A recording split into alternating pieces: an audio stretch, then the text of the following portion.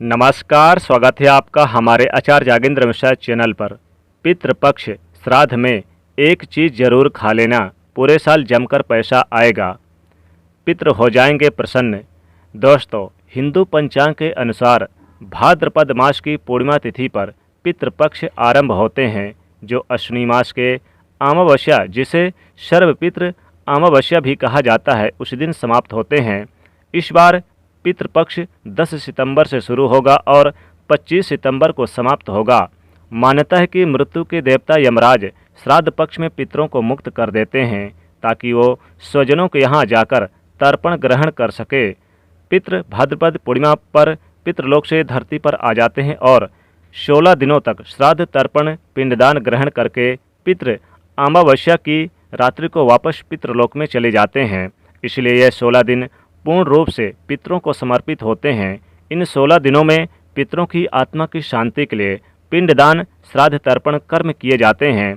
पितरों के लिए श्रद्धा से कुछ भी समर्पित करना ही श्राद्ध कहलाता है। ये 16 दिन पितरों को प्रसन्न कर पितरों की कृपा प्राप्त करने के लिए बहुत खास माने जाते हैं। दोस्तों, जैसा कि आप सभी जानते हैं कि पितृपक्ष के दौरान कोई भी शुभ और मांगलिक कार्य नहीं किए जाते हैं। शास्त्रों में पितृपक्ष के कई नियम बताए गए हैं। अगर उन नियमों का पालन न किया जाए तो इससे पितृदोष लगता है, पितृदेव नाराज हो जाते हैं। पितृपक्ष के दौरान शुभ और मांगल्य कार्य न करने के साथ ही कुछ ऐसी चीज़ें भी होती है जिनका सेवन पितृपक्ष के दौरान भूलकर भी नहीं करना चाहिए। लेकिन कुछ ऐसी चीज़ें हैं, अगर पितृपक्ष श्राद्ध में अगर आप यह एक चीज़ खा लें तो पितृदेव हो जाते हैं प्रसन्न और पूरे साल जमकर पैसा आता है। पूरे साल धन की कमी नहीं होती और पितृदेवों का आशीर्वाद बरसता है। पितृपक्ष पितरों को समर्पित होते हैं, इसलिए इस दौरान भोजन का विशेष महत्व होता है। इस दौरान पितरों के लिए भोजन निकाला जाता है, ब्राह्मण भोज कराया जाता है और पंचबलि भी दी जाती है। लेकिन शास्त्रों में कुछ ऐसी चीज़ों के बारे में बताया गया है जिन्हें पितृपक्ष के दौरान भूलकर भी नहीं खाना चाहिए। कुछ ऐसी चीज़ है जिनका ना तो पितृपक्ष के दौरान सेवन किया जाता और ना ही पितरों या ब्राह्मणों को इन चीज़ों का भोग लगाया जाता। तो आइए दोस्तों, जानते हैं कि कौन सी ऐसी चीज़ है जिनका पितृपक्ष के दौरान सेवन करना चाहिए और कौन सी ऐसी चीज़ है जिनको पितृपक्ष के दौरान ब्राह्मणों को भोजन में भूलकर भी शामिल नहीं करना चाहिए। कौन सी ऐसी चीज़ है जिसको खा लेने से पूरे साल धन की कमी नहीं रहती, पितृदेवों का मिलता है आशीर्वाद, जन्मों जन्मों के पितृदोष हो जाते हैं दूर। दोस्तों, बड़े बुजुर्गों के द्वारा, ब्राह्मणों के द्वारा आपने अधिकतर यही सुना होगा कि पितृपक्ष के दौरान वही भोजन बनाएं, वही भोजन पितरों को, ब्राह्मणों को भोग लगाएं जो पितरों को पसंद है, तभी पितरों की आत्मा को शांति मिलती है। लेकिन यही हम कुछ गलतियां कर बैठते हैं। अधिकतर घरों में अधिकतर लोगों के पूर्वजों को प्याज लहसुन पसंद होता है, जो जब वो भोजन बनाते हैं तो उसमें प्याज और लहसुन डालते हैं और पूर्वजों की पसंद के हिसाब से भोजन बनाकर ब्राह्मणों को बने भोजन करा देते हैं। या फिर जिनके पितरों को नॉनवेज पसंद होता है तो वह नॉनवेज लेकर किसी ज़रूरतमंद व्यक्ति को पितरों के नाम से दान कर देते हैं, जिससे उन्हें पितरों का आशीर्वाद प्राप्त हो। अगर आप भी ऐसा कर रहे हैं तो भूलकर भी ऐसी गलती आगे से ना करें। मेरे दोस्तों, इस बात का विशेष रूप से ध्यान रखें। शास्त्रों के अनुसार पितृपक्ष के दौरान प्याज लहसुन मीट और अंडे का सेवन भूलकर भी नहीं करना चाहिए और पितरों के भोजन में इन चीज़ों का इस्तेमाल भूलकर भी नहीं करना चाहिए। शास्त्रों के अनुसार भगवान विष्णु और माता लक्ष्मी जी को पितृदेव कहा गया है। पितरों का भोजन श्राद्ध तर्पण पिंडदान सबसे पहले भगवान विष्णु और माता लक्ष्मी जी ही स्वीकार करते हैं, उसके पश्चात पितरों को मिलता है।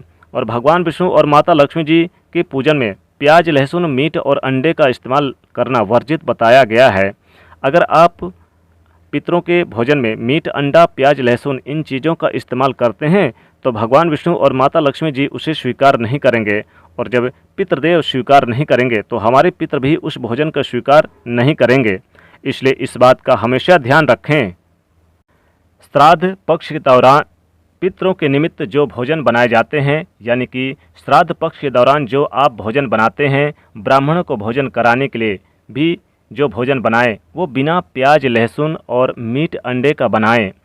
ना ही पितरों के नाम का ऐसा भोजन आप किसी ज़रूरतमंद व्यक्ति को दान दें, ना ही खिलाएं और ना स्वयं खाएं। श्राद्ध पक्ष के दौरान पितरों को जो भोजन बनाएं वो बिना प्याज, लहसुन और मीट अंडे का होना चाहिए। और ध्यान रखें, पितृपक्ष के दौरान आप भी प्याज, लहसुन और मीट का, अंडे का सेवन भूल कर भी ना करें। शराब का सेवन भी ना करें। पितृपक्ष के दौरान बासी भोजन ना करें। पितृपक्ष के दौरान ना तो बासी भोजन करना चाहिए और ना ही किसी को कराना चाहिए। कोई ज़रूरतमंद व्यक्ति आपके द्वार पर आए, उसे भी बासी भोजन ना दें। शास्त्रों में बताया गया है कि पितृपक्ष के दौरान पितृ किसी भी रूप में द्वार पर आ जाते हैं, और अगर ऐसे में आप पितरों को बासी भोजन दे देंगे तो इससे आपको पितृदोष लगेगा। इसलिए इस बात का विशेष ध्यान रखें, ना तो आपको बासी भोजन आप खाएं, ना स्वयं और ना ही किसी को खिलाएं। पितृपक्ष के दौरान चने का सेवन भी वर्जित होता है। यहाँ तक कि चने के सत्तू भी नहीं खाए जाते। चने के बेसन का इस्तेमाल भी भूल कर ना करें। बेसन वगैरह तो भूल कर ना करें, यानी भुने हुए चने वगैरह बिल्कुल भी आप ना करें। इस दिन पितृपक्ष में जो विशेष खाने के लिए कहा गया है, आप इस दिन खीर बनाकर खाएं। जी हाँ दोस्तों, पितृपक्ष श्राद्ध के दिनों में खीर बनाकर ब्राह्मणों को जरूर खिलाएं, क्योंकि दोस्तों खीर बनाकर खिलाने से और स्वयं के खाने से विशेष लाभ होता है और पितृदेव प्रसन्न होते हैं। और भगवान विष्णु और माता लक्ष्मी को इस दिन खीर का भोग भी जरूर लगाएं। फिर आप ब्राह्मणों को भोजन यानी कि जब कराएंगे तो उन्हें खीर जरूर आप यानी कि कराएं। खीर के साथ साथ इस दिन मूंग के आप बड़े बनाकर, दही बड़े बनाकर, पूड़ी, कचौड़ी, पराठे इत्यादि यानी पका हुआ भोजन ही आप इस दिन बनाकर स्वयं खाएं, और यानी कि पहले ब्राह्मणों को खिलाएं फिर आप स्वयं खाएं।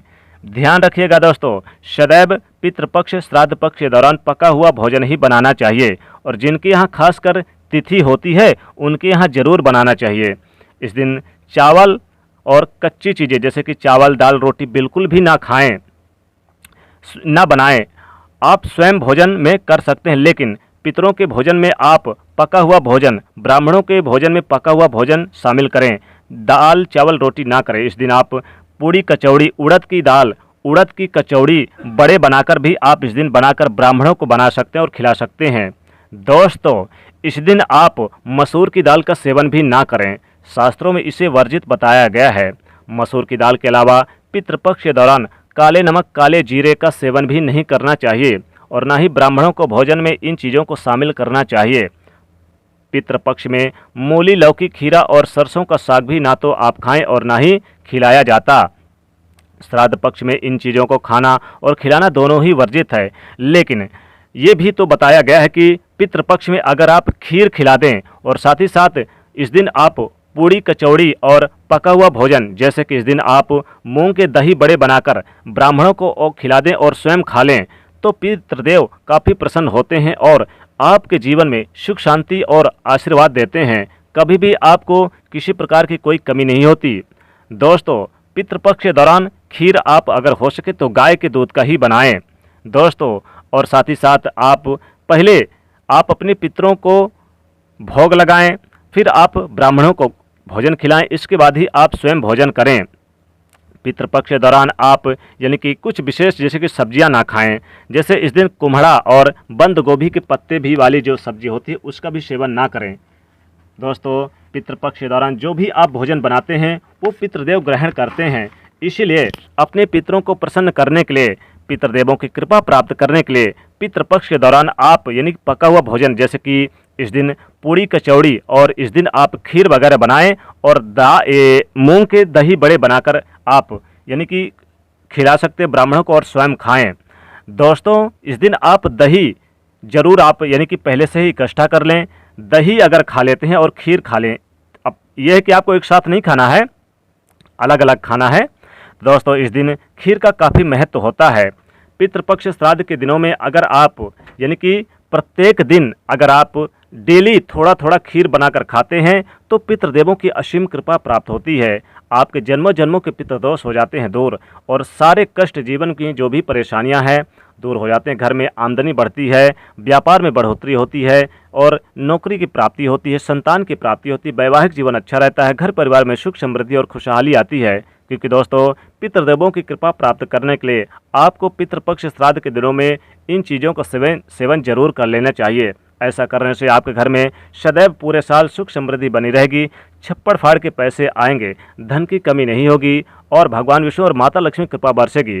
दोस्तों, पितृदेव भगवान विष्णु और माता लक्ष्मी जी ही कहे गए हैं, इसलिए आपको माता लक्ष्मी जी को भी इस दिन खीर का भोग जरूर लगाना चाहिए खासकर, और फिर आप उनकी भी यानी कि उनके मंत्रों को स्तुति करें, भगवान विष्णु के मंत्रों का आप स्मरण करें। फिर ओम पितृदेवाय नमः इस मंत्र का भी आप डेली जाप करें और फिर आप डेली थोड़ा सा खीर बना लें और भोग लगाएं और स्वयं ग्रहण करें प्रसाद के रूप में। दही बड़े बने यानी बनाकर खा लें, पूड़ी कचौड़ी बनाकर खा लें इस दिन, और खासकर इस दिन थोड़ी सी दही में आप खांड डालकर या फिर मिश्री डालकर जरूर खा लें तो सोने पे सुहागा।